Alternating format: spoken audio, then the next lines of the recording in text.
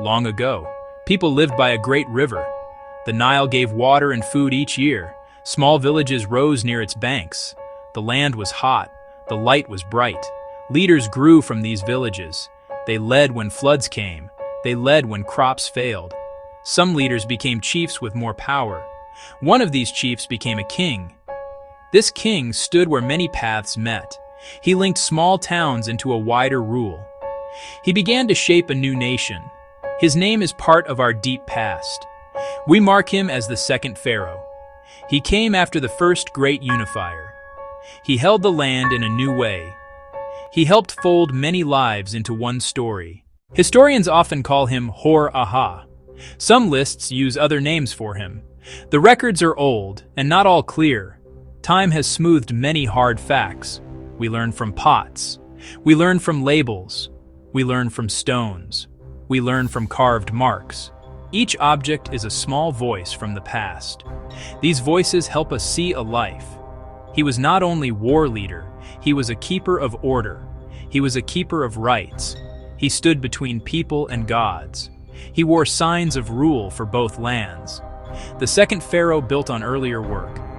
He kept peace where it was fragile. He made trade steady and farms more sure. He moved the first steps towards state rule. He wore two crowns to show his reach. One was red for the north, one was white for the south. Together they told of unity and rule. Priests stood with him in public rites. They brought offerings of bread and beer. They lit incense and spoke to the gods. The king kept maat, balance and order. People believed kings linked earth and sky. The king fed gods in small chapels. He gave gifts in places of worship. These acts kept both fields and people safe. His role was sacred and practical. He led rituals and ordered building work. He was seen as keeper of life's balance. His duties shaped how people lived. These duties tied the world together. Farms were close to the water's edge. People planted seed after the flood. They fished. They tended small herds. They used simple tools and strong hands. Women wove cloth. Women baked bread.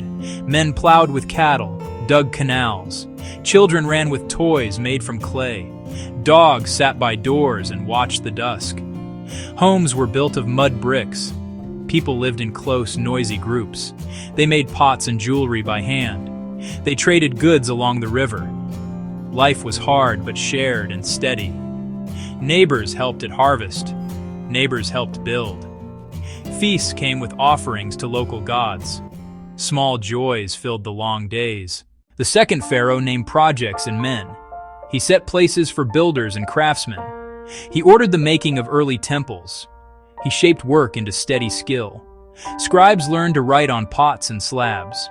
They tallied goods and wrote names. Ink and reed pens kept small records. These lists tell us how trade grew. Goods moved along the Nile and beyond.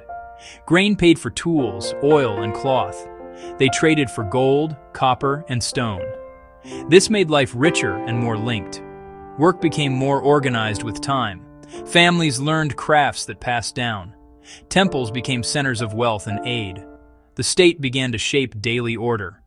Art from this time feels simple and strong. Carved labels name the king and deeds. Small statues show clear, bold lines. Painted boxes show farming. A painted model boat and oars. Tombs held food, tools, toys. Models of servants, models of animals, inside. They cared for the dead with small goods. These acts showed belief in life beyond death. The king's tomb was plain, but full of meaning. Rooms, chapels held offerings, names. The dead were wrapped and laid with care. These tombs keep the old voice for us. From these objects we touch a quiet past. A pot, a bead, a carved eye can speak, and they bring simple scenes to our thought. They let us imagine hands that made them. The second pharaoh did small things with big reach. He held a land and set rules that lasted. He helped build a path toward the great works to come. His steps gave room for later kings to grow.